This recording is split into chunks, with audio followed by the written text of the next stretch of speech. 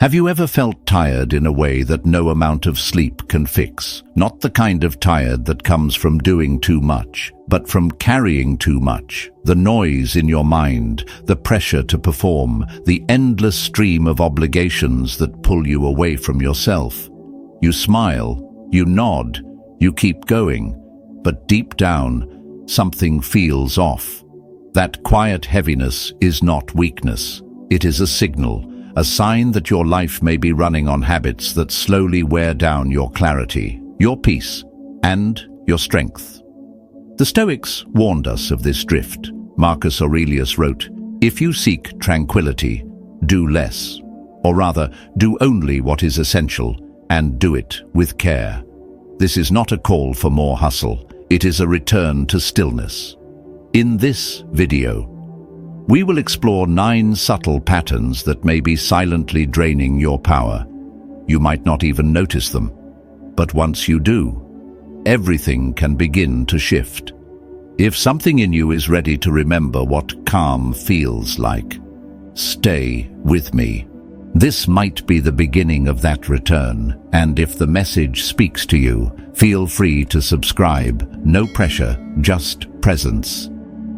1. Escape survival mode. There are mornings that do not feel like the beginning of a purposeful day. Instead, they feel like a battlefield. Before your feet even touch the ground, you are already running. The phone lights up with someone else's urgency. Your thoughts race. The demands pile up. And without realizing it, you're not living. You're surviving, you're reacting, you're sprinting through noise, through opinions, through expectations. But motion is not meaning, and exhaustion is not progress. The Stoics warned us that a life lived in constant reactivity is a life surrendered. It is a quiet erosion of the self. Marcus Aurelius spoke of the inner citadel, the unshakable part of the soul, untouched by fortune, praise, or insult. That citadel lives in you, not as a prize to be earned, but as a strength to be remembered.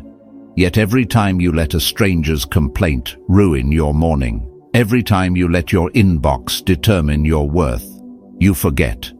You hand over the keys to that sacred inner space. And for what? For the illusion of urgency. Socrates once said, "To find yourself, think for yourself." But how can you think for yourself when your attention belongs to everyone but you?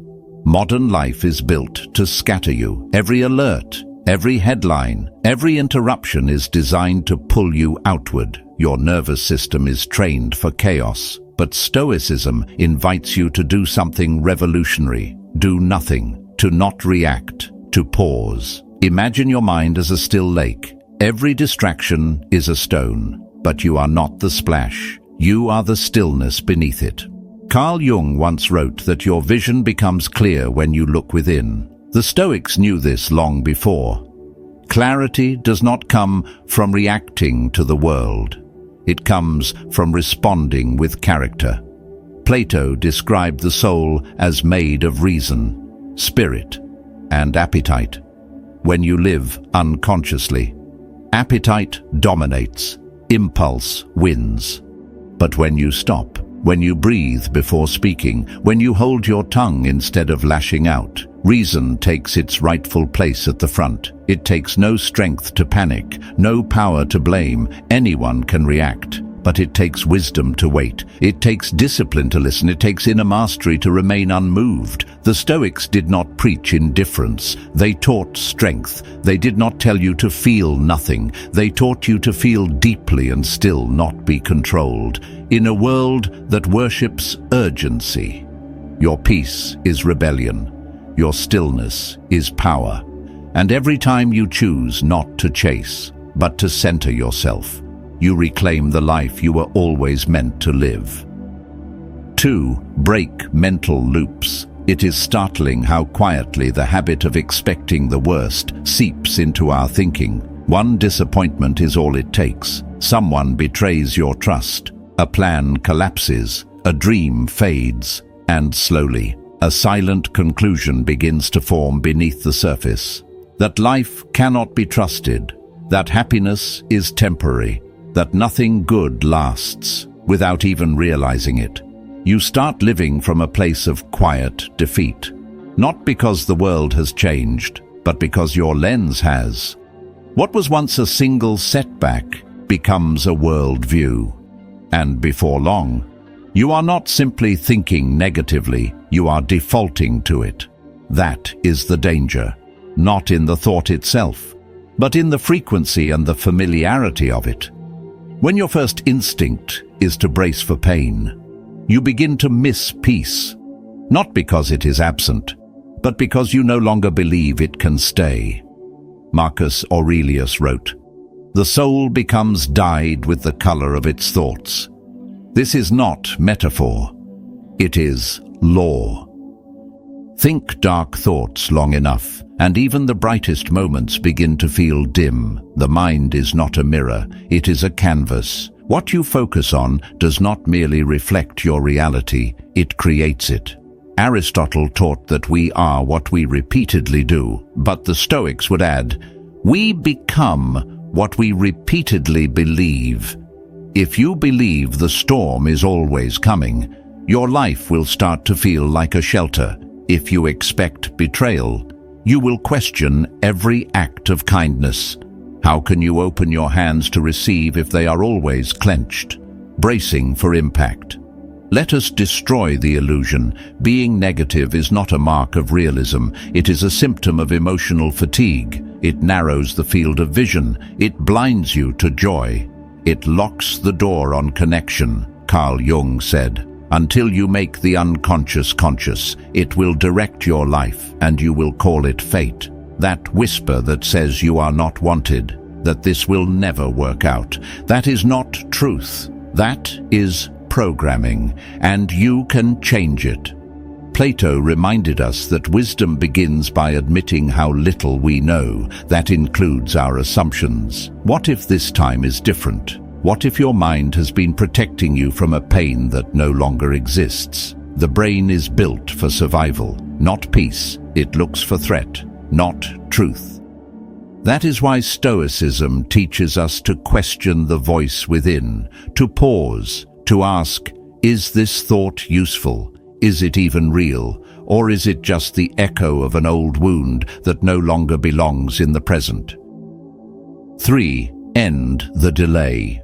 There is a strange and dangerous comfort we find in delay. We quietly tell ourselves that tomorrow holds the key. Tomorrow is when we will become better.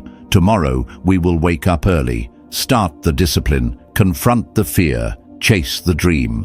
And so, tomorrow becomes our favorite hiding place. It becomes the closet where we stuff all our avoided intentions, hoping the door holds shut. But then the weight builds, and we wonder why we feel so overwhelmed, so scattered, so far from the life we say we want. Here is the truth we avoid. Tomorrow is not real.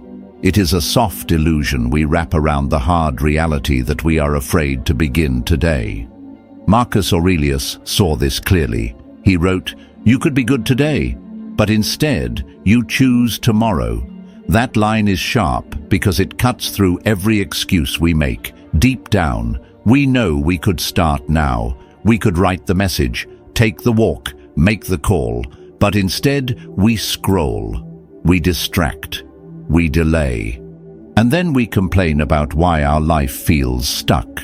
Carl Jung once said, procrastination is the thief of time. But the Stoics would go further. It is also the thief of identity. Every moment you delay action, you reinforce a version of yourself that avoids discomfort and betrays your own potential. And what you lose is not just time. You lose a version of yourself that could have been courageous, disciplined, fulfilled.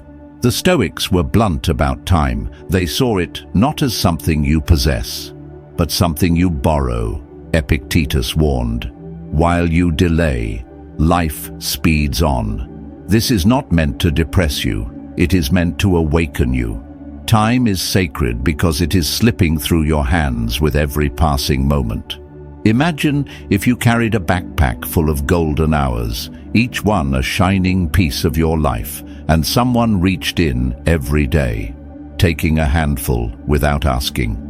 How long before you started guarding that bag? How long before you stopped handing it out to doubt, distraction, delay? Socrates cautioned against the barrenness of a busy life. We think we are moving, but we are just circling. We fill our schedules, but we starve our soul. There is a difference between movement and meaning. The answer is not more time, it is more decisions. One clear choice today. Start the thing you keep postponing, not because you are ready, but because you are tired of waiting, as Plato said. Discipline is the bridge between desire and fulfillment. Your future is not shaped by dreams. It is built by what you begin, what you stay with, and what you finish. Start now.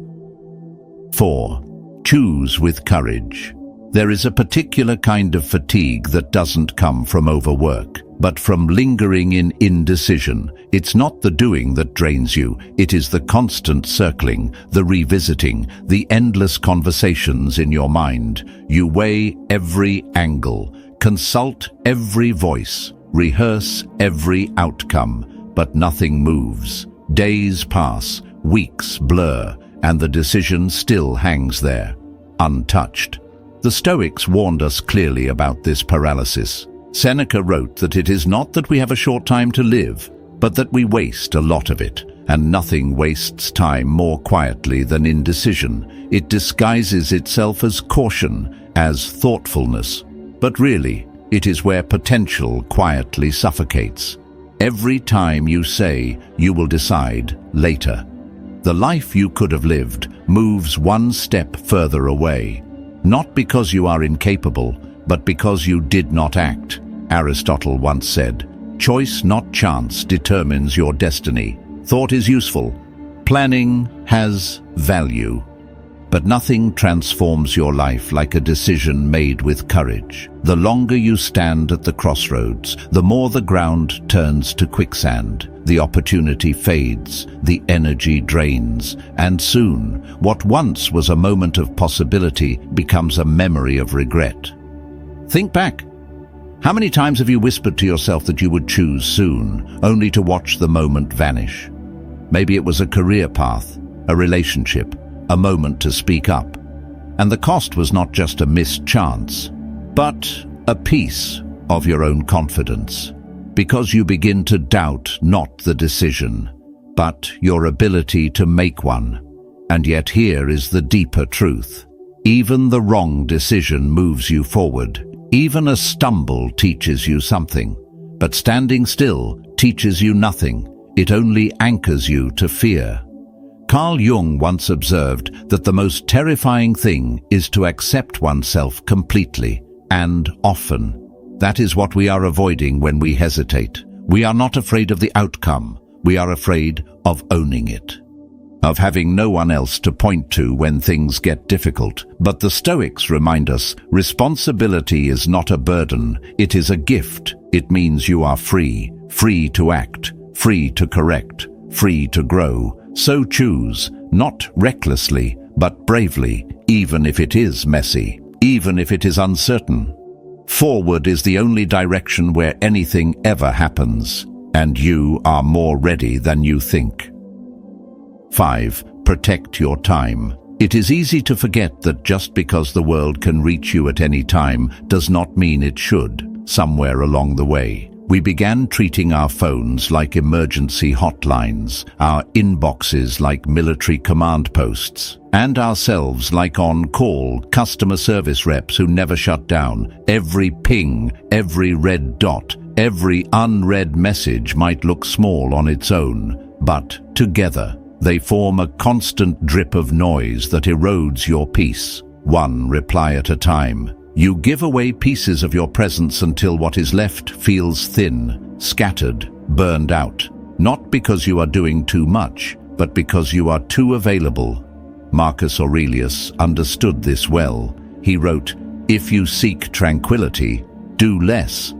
In our modern world, Doing less starts with choosing to be less accessible. It means realizing that not every message deserves an instant response. Not every request is your responsibility.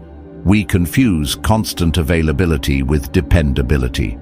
But in truth, it often leads to distraction, not trust. A reliable person is not the one who answers everything. It is the one who stays focused on what truly matters. You cannot think clearly when your attention is divided. You cannot create depth when you are always on alert. Life is not meant to be lived with an open-door policy to your inner world. Carl Jung said that solitude is where one discovers one is not alone. And solitude does not require isolation. It requires intention.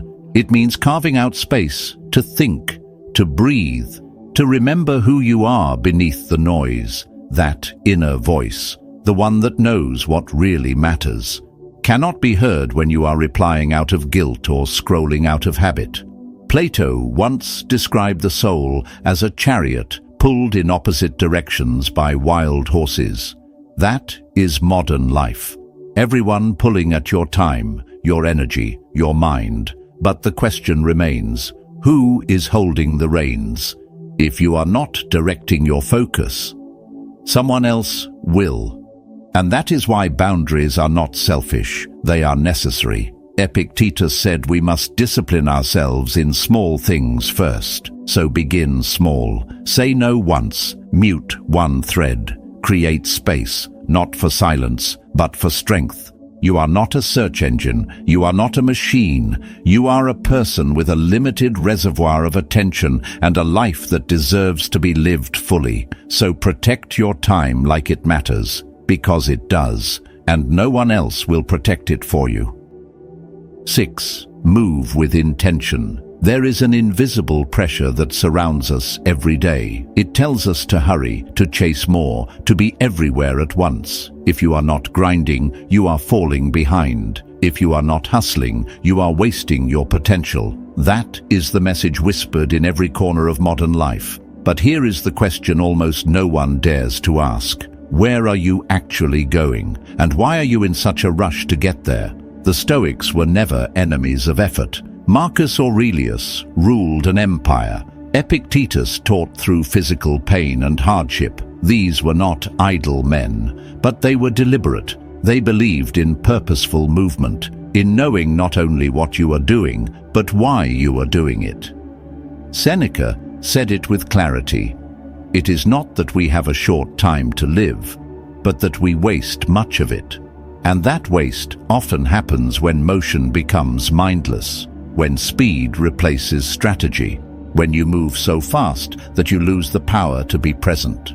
You forget what drew you to your path in the first place. You chase momentum, not meaning, and eventually, hustle becomes habit, not growth. One day, you wake up and realize you have been sprinting in circles, busy but lost, exhausted but empty. Aristotle reminded us that virtue lies in balance, not in excess. When ambition turns into obsession, when action becomes reaction, you are no longer designing a life, you are just dodging the fear of stillness. But stillness is not the enemy. It is often the birthplace of wisdom. Carl Jung once said that hurry is not of the devil, it is the devil. The constant rush we feel is not a sign of purpose, it is a thief. It steals our clarity, our joy, our ability to make meaningful decisions. When you're always rushing, you lose your grip on direction. You are not steering the ship, you are just trying not to sink. Plato taught that a good life depends on knowing what is truly valuable and refusing to trade it for cheap imitations. Hustle without purpose is one of those imitations. It mimics growth, but it often hides avoidance. So ask yourself, what am I chasing? And is it worth the cost? Are you climbing a ladder that leans against the wrong wall? Are you filling your schedule just to avoid sitting alone with your own thoughts? The Stoics would tell you to slow down, not to stop, but to reflect. To choose your steps with intention, because life is not measured by how fast you move. It is defined by whether you are moving towards something real. 7.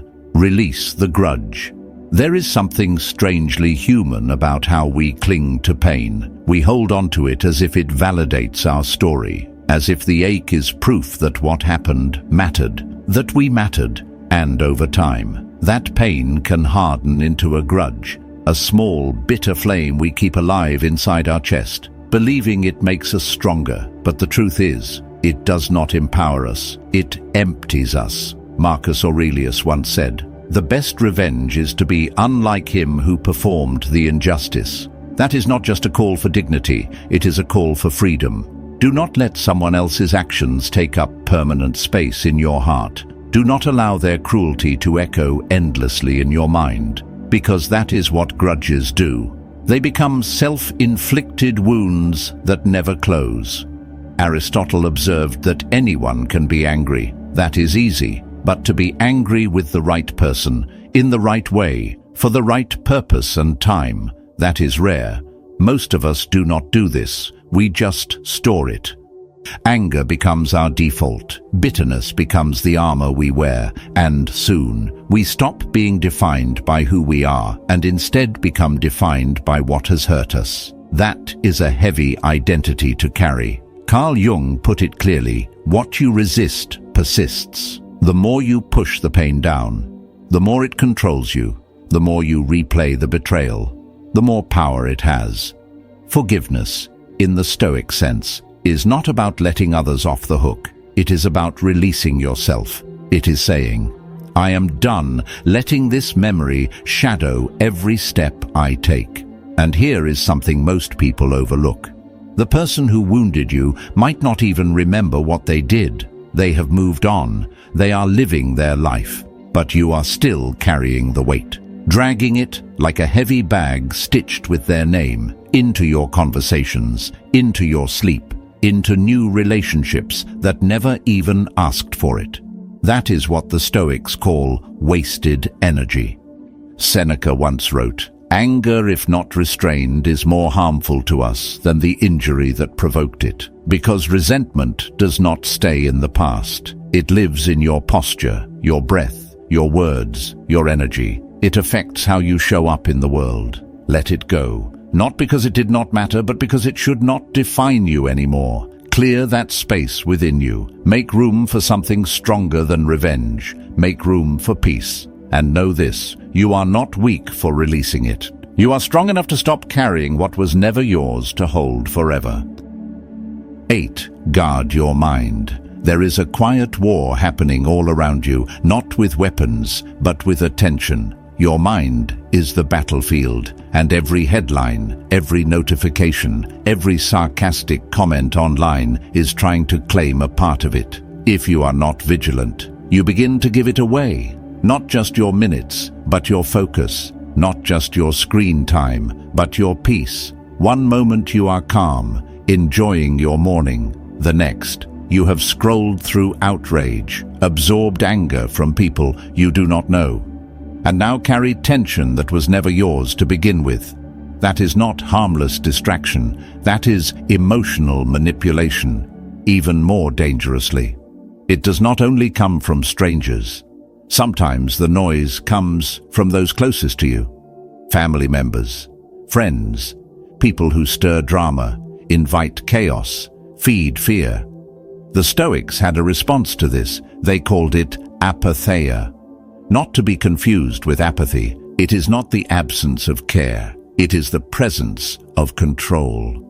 It is the ability to remain grounded in the middle of emotional storms, to be rooted in your own principles rather than pulled by someone else's chaos. Marcus Aurelius reminded himself often, you have power over your mind, not outside events. Realize this, and you will find strength in a world that thrives on your outrage. That strength is rare.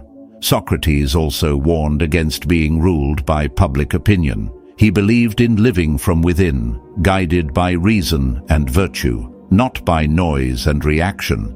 Yet today, the noise is louder than ever. It is in your phone, in your feed, in your habits, and every time you react without reflection, you surrender a part of your inner freedom.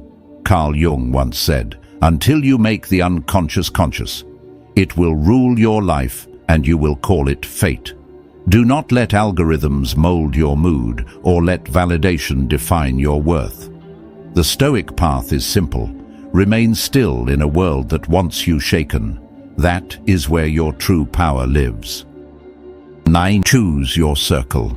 Some people leave you feeling heavier, not because they yell or criticize, but simply because their presence quietly drains more than it gives. You finish a conversation with them and feel like your energy has been siphoned away. And yet, many of us still keep those people close.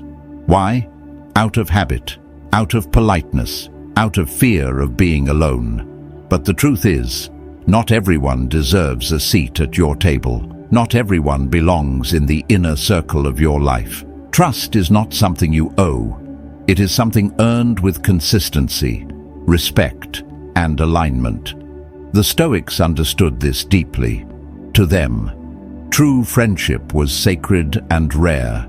Seneca warned, "Associate with those who will make a better man of you.